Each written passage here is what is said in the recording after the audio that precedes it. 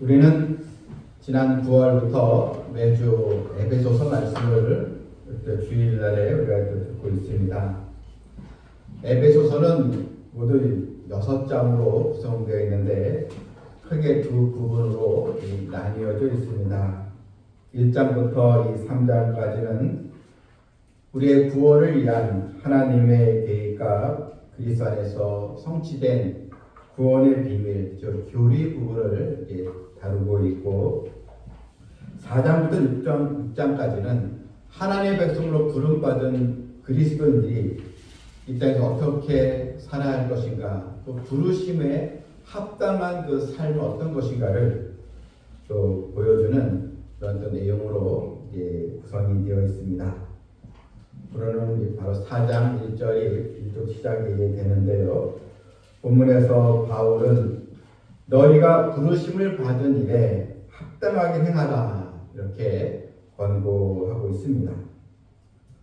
1절을 다시 보니 그러므로 주 안에서 갇힌 내가 너희를 권하노니 너희가 부르심을 받은 일에 합당하게 행하여. 여기서 이 성경은 우리가 하나님께 부름받았다는 사실에 초점을 두고 있습니다. 우리가 이렇게 교회에 나와서 예배드리고 하나님을 아버지라 부르고 믿음을 갖게 된 것이 결코 우리의 의지에 의해서 된 것이 아니고, 또 우연히 내가 교회에 나온 것이 아니고, 또 어쩌다가 내가 교회에 나와서 그리스도인이 된 것이 아니고, 내가 지금 이 자리에 앉아 있는 것은 오직 하나님의 부르심이 먼저 있었다는 것.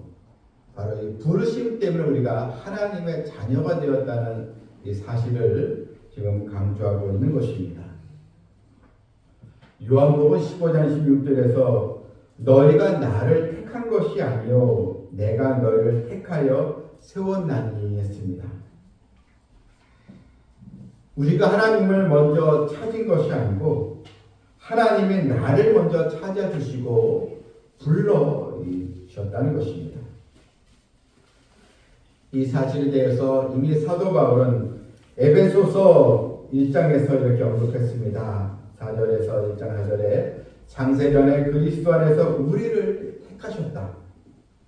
또 5절에는 그 기쁘신 뜻대로 우리를 예정하사 이렇게 나와 있습니다.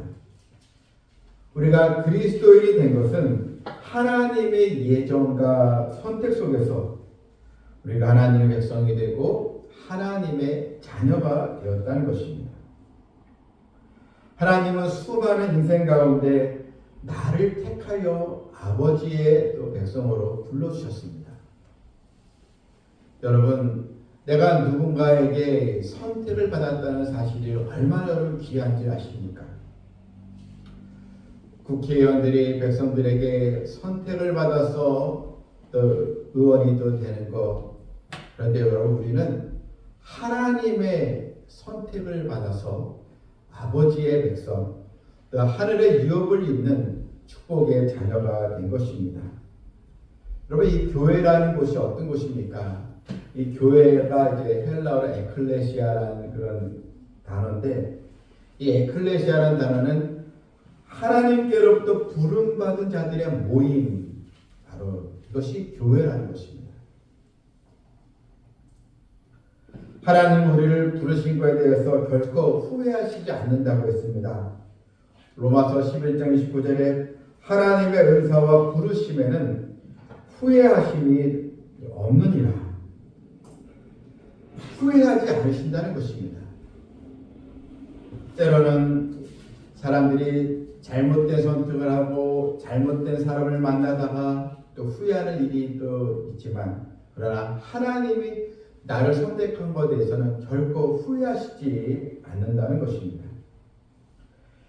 후회하심이 없다는 이 말은 철회되는 일이 없다.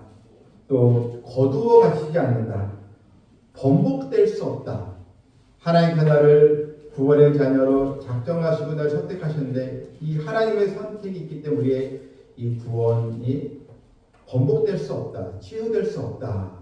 이렇게 성경은 우리에게 알려주고 있습니다.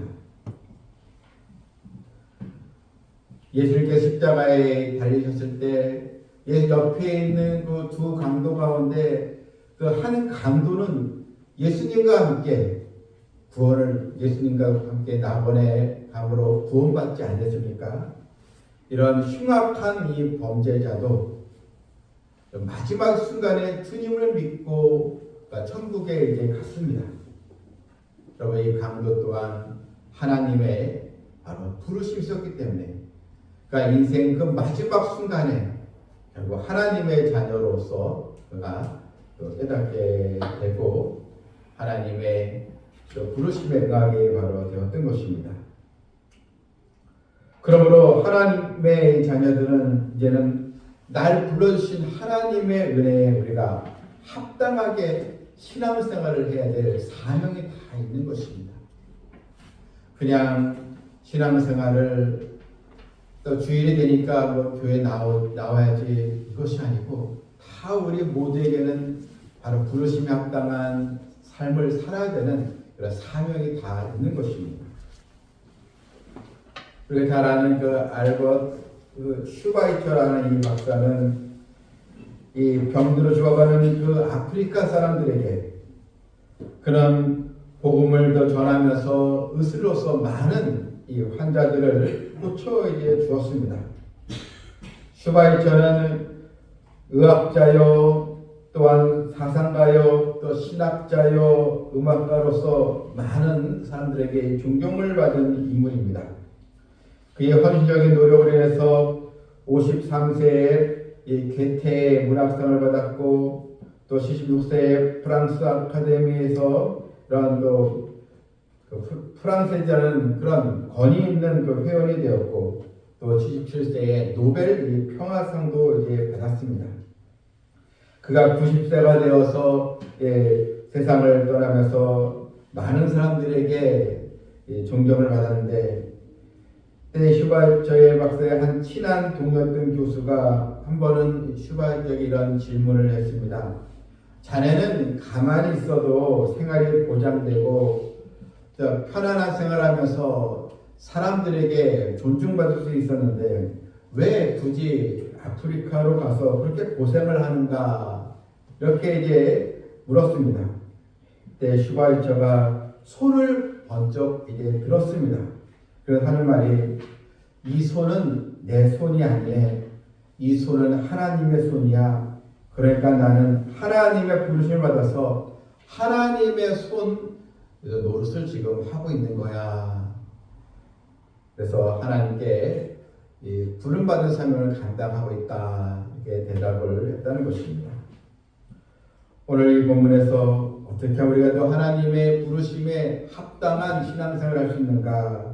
본문을 보게 되면 여러분 2절에 모든 겸손과 또 온유로 또 하며, 먼저 하나님의 자녀는 이 겸손의 신앙이 있어야함을 가르쳐 주고 있습니다. 이 겸손은 나보다 남을 더 낮게 여기는 것입니다. 내가 남보다 늘 우월하다 생각하는 것은 교만입니다.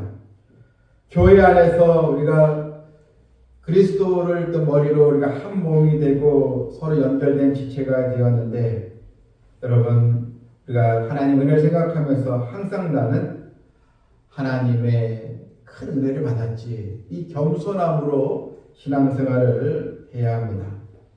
잠언 16장 18절에 교만은 패망의 선봉이요 거만한 마음은 넘어짐의 앞잡이니라 했습니다. 겸손한 사람은 결코 자기를 자랑하지 않습니다. 또 자신이 무슨 일을 행한 것에 대해서 그들도 자랑하지 않습니다. 항상 하나님의 은혜를 먼저 생각합니다. 그러기에 겸손한 사람은 원망과 불평을 하지 않습니다. 어디 가나 먼저 섬기는 그런 믿음을 갖게 되는 것입니다. 이렇게 겸손한 마음이 있을 때 우리 타인에게도 온유함으로 대할 수 있게 되는 것입니다. 교회 안에는 많은 사람들이 또 다양한 사람들이 모여서 교회를 또 이룹니다. 서로 이런 또 성격과 스타일 여러 이 차이가 있습니다. 그런데 하나님의 자녀는 이 차이 때문에 다툼과 또 분란이 있는 것이 아니고 더 온유함을 가지고 서로 섬기는 그런 또 성도들로 나가야 한다는 것입니다.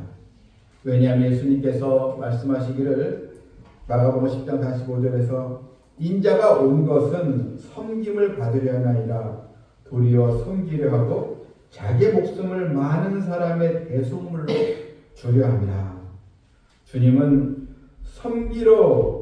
섬김을 받으려 함이 아니고 섬기려고 이 땅에 오셨다는 것입니다. 여러분, 겸손과 온유의 마음으로 주님처럼 이 섬김의 축복을 받는 성도들 다 되시길 바랍니다. 또한 본문에 오래 참음으로 또 사랑과 서로 용납하라 또 나와 있습니다. 이 2절 이 말씀은 성도들의 그 교회에서의 그 신앙생활이 어떠해야 될지를 보여주는 말씀입니다. 근데 이 오래 참음은 하나님과의 관계에서 사실 적용이 되는 말씀입니다. 우리가 기도하고 또 소망을 가지고 하나님을 의지하는데 때로는 기도 응답이 될 때까지 시간이 또 걸리고 빨리 응답되지 아니하면 이 마음에 이 불안과 또 근심 또 원망이 또 나올 수가 있습니다. 이럴 때 오래 참는 그런 믿음을 우리가 가져야 합니다. 또한 타인과의 관계에서도 우리는 오래 참는 그런 인내의 신앙을 또 가져야 하는 것입니다. 우리나라 이 선교의 초기 때 어느 무더운 여름철에 한 목사님이 이제 저쪽 서대문에 있는 무학제 고개를 이제 넘어가고 이제 있었습니다. 근데 목사님은 땀을 뻘뻘 흘리면서 오르막길을 올라갔는데, 올라가서 땀을 닦고 이제 쉬고 있는데 술 취한 청년 한 사람이 다가와서 다짜고짜 이제 목사님에게 시비를 걸었습니다. 그리고 목사님을 두들겨 패고 말았습니다. 목사님 그저 맞고만 있었습니다. 한참 목사님 때리던 청년은 상대방이 대꾸다라고 반항하지 않자 때리던 손길을 멈췄습니다. 그제서야 목사님은 청년을 붙들면서 이제 다 때렸습니까? 도대체 왜 나를 때렸습니까? 하면서 서로 이제 얼굴을 서로 마주보게 된 것입니다. 이때 그 불량배는 깜짝 놀랐습니다.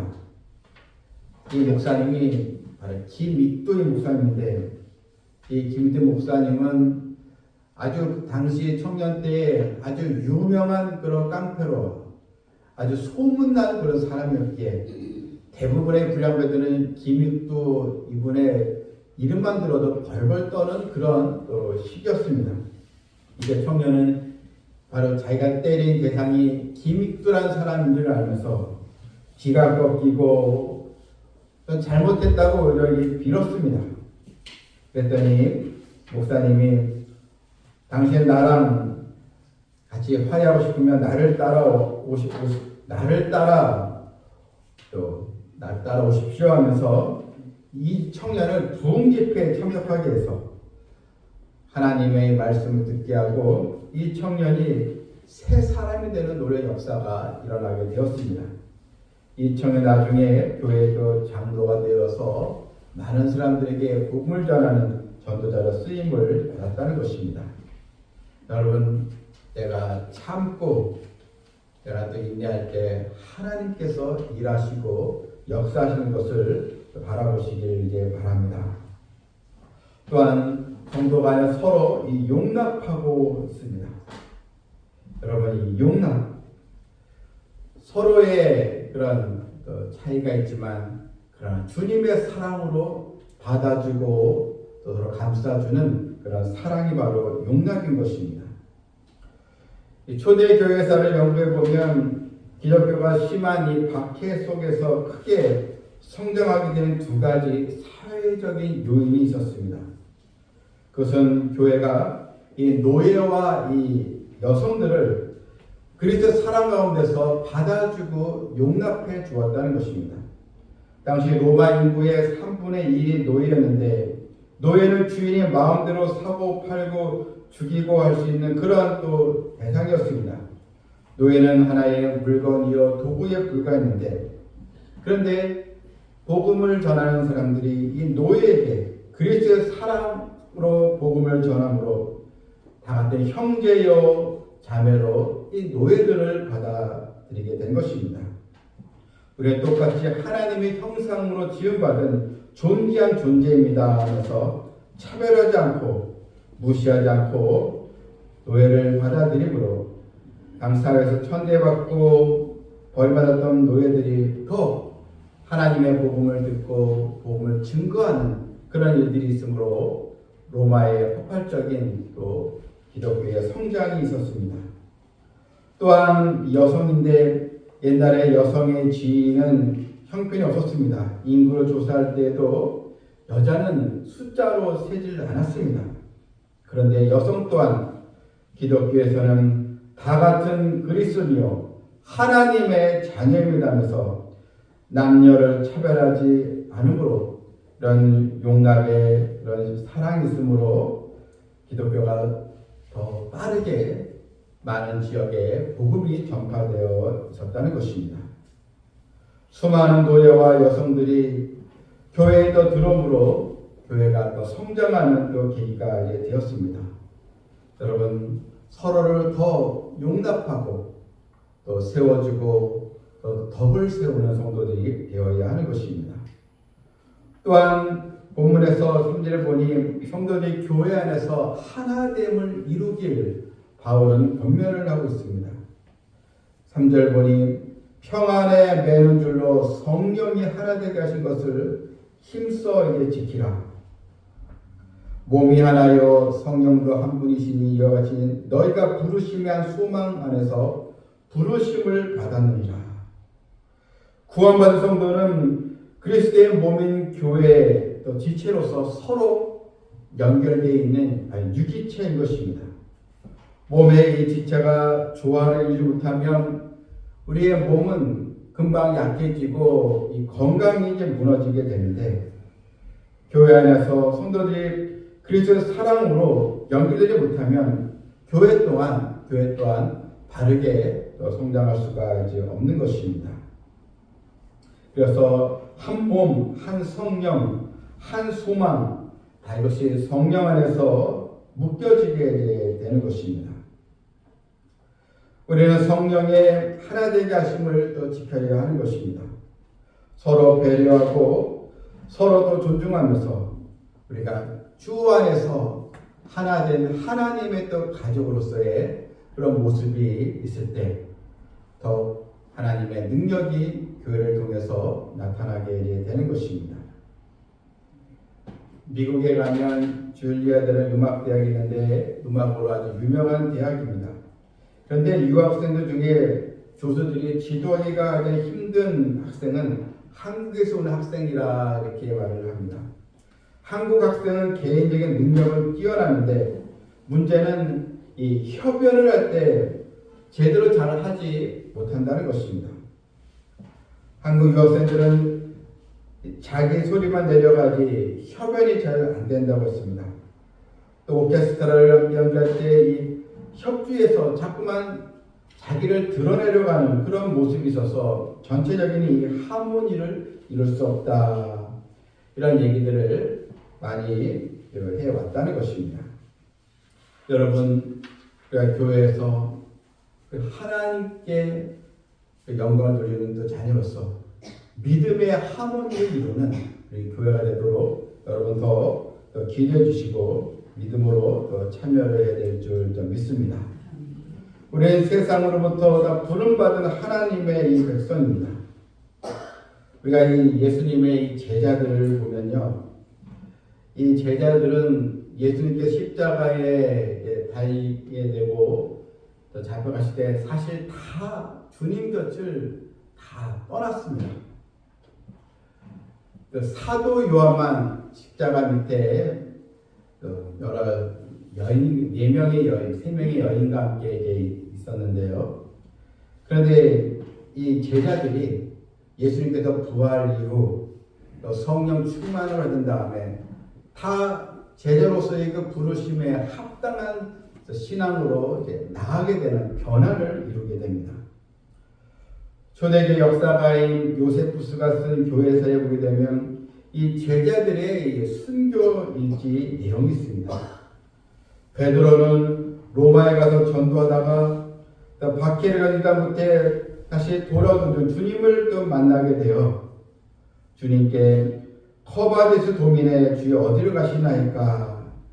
네, 주님께서 나는 네가 도망쳐 나온 그 로마로 다시 가노라. 이 말씀을 듣고 다시 로마로 가서 복음을 전하다가 십자가에 거꾸로 매달려 순교를 하게 됩니다.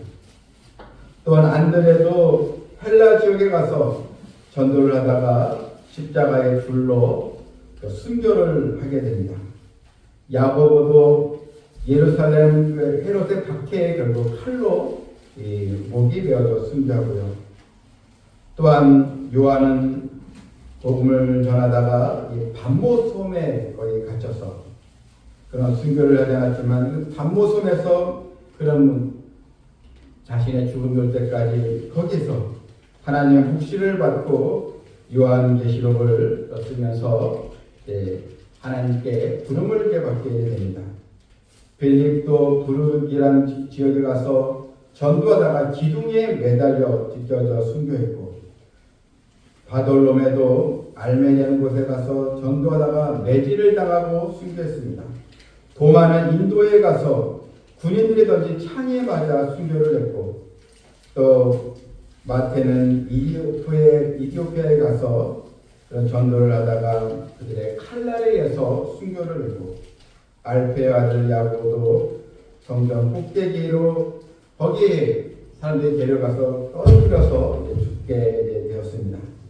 또 시몬은 이집트에 가서 전도하다가 군인들이 쏜 화살에 순교를 하고, 야고보의 동생 유다는 페르시아 쪽에 가서 활에 맞아 순교를 하고, 여러분 하나같이 예수님의 이 제자들은 처음에는 주님의 이 부르심에 응답하지 못하다가 주님의 부활과 또 성령 충만을 받으면서 다 하나같이 전부 다 하나님께서 믿음을 주시고 힘을 주심으로 끝까지 복음을 전하다가 우리는 다 순교하면서 이 복음이 우리에게까지 전해지게 되었던 것입니다.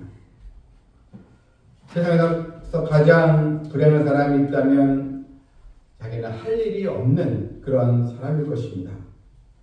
사람이 쉬고 노는 것도 하루 이틀이지 항상 할 일이 없다면 얼마나 무료하고 힘든 일상을 보내게 되겠습니까? 신앙생활도 마찬가지입니다. 하나님 우리가 힘써서 다 같이 믿음의 이 사명을 잘 감당하기를 원하십니다. 대제국을 이뤘던 알렉산더 대왕이 한 번은 이 군에서 그 시찰을 이제 하다가 거기에 전선에 도망쳐 나온 그런 군인 한 명을 이제 만나게 되었습니다. 이 도망병은 즉각 이제 처형을 이제 받게 되었는데, 이때 알렉산더가 치근한 마음이 들어서 이 군사에게 이름을 묻습니다. 너의 이름이 무엇이냐? 때 이 병선에 기어들어온 목소리로 제 이름은 알렉산더입니다 라고 대답했습니다. 그러니까 알렉산더 대왕과 동명이인인 것입니다. 너의 이름이 무엇이라고? 알렉산더입니다.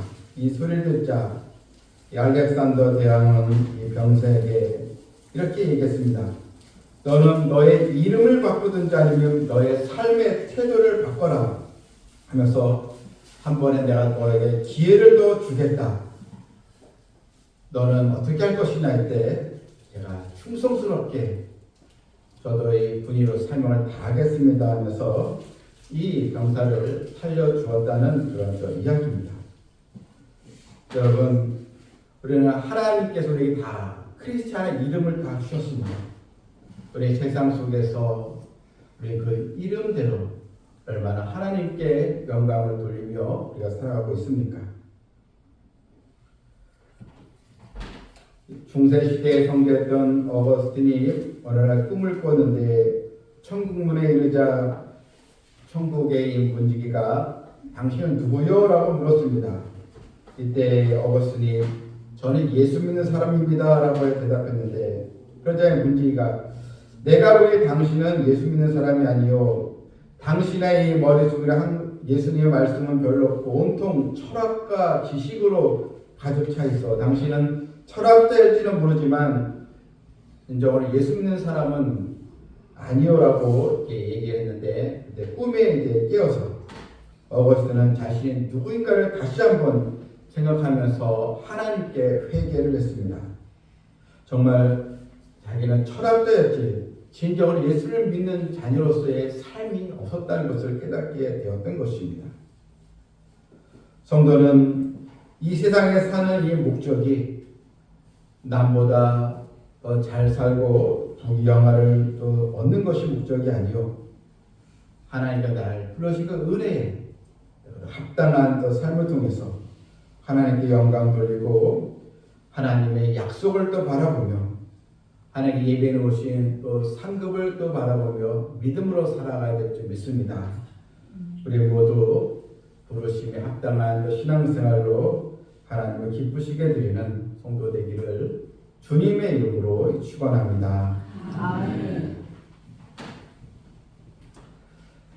하나님 아버지, 내가 이 구원받은 이 사실이 얼마나 귀하고 의미 있는 일인지요. 하나님이 나를 택해 주셨고 또 나를 불러주시는 그 은혜가 있는데, 그럼 우리는 이 은혜를 쉽게 또 잊어버리고 세상 사람들처럼 쉽게도 낙심하고 또 원망하며 내가 크리스찬이라는 그 이름을 또 쉽게 또 잊어버리고 이 세상에 그냥 차이가 없는 그런 사람들처럼 우리가 살아온 거 또 용서해 주시고 이제는 나를 불러주신 그 은혜를 소중히 간직하게 해주시고 부르심에 합당한 삶을 누리길 원합나이다. 더 겸손하며 또 오래 참음이 있으며 주님의 교회 안에서 성령 안에 우리가 하나됨을 이루면서 주님의 영광을 나타내는 거룩한 성도들가 되게 하여 주시옵소서. 예수님의 이름으로 기도하옵나이다. 아멘.